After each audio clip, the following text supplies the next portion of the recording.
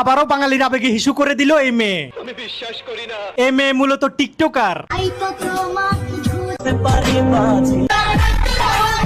এবং জামাইয়ের বন্ধুর সাথে পরকিয়া করে। নানান ছেলেদের সাথে কথা অনেকবার অভিযোগ করা হয়েছে। তখন আমার বন্ধুকে মেসেজ দেয় বলে তাকে ভালো লাগে, তারপরে তার সাথে সম্পর্কে জড়ায়। এই মেয়েরা দেখতে বাচ্চা মনে হলেও 26 বছরের মেয়েরা তার কাছে ফেল। তারা এত বড় হয়েও যা জানে না তার চেয়ে বেশি জানে এই 13 বছর বয়সী জুই। বিষয়টা একটু ব্যাখ্যা করবেন? মাত্র 11 বছর বয়সে প্রেম করে বিয়ে, 13 বছর বয়সে বাচ্চার মা। প্রথমে সবাই ভাবছিল ছেলেটা বুঝি মেয়েটাকে ঠকিয়েছে, কিন্তু আজকে এই ছেলে যে প্রমাণ দিল যে কারো চোখ কপালে উঠবে। এই মেয়ে তার স্বামীর বন্ধুর সাথে পরকিয়া করে। তখন আমার বন্ধুকে মেসেজ দেয় বলে তাকে ভালো লাগে, তারপরে তার সাথে সম্পর্কে জড়ায়। তাকে বিয়ে করার জন্য এই ছেলের বাসা থেকে পালিয়ে যায়। অথচ আমরা ভাবলাম এত সুন্দর বউ পেয়েও এ ছেলেটা আগলে রাখলো না মেয়েটাকে। রাখবে কিভাবে ভাই? বউ যদি তারই বন্ধুর প্রেমে হাবুডুবু খায়।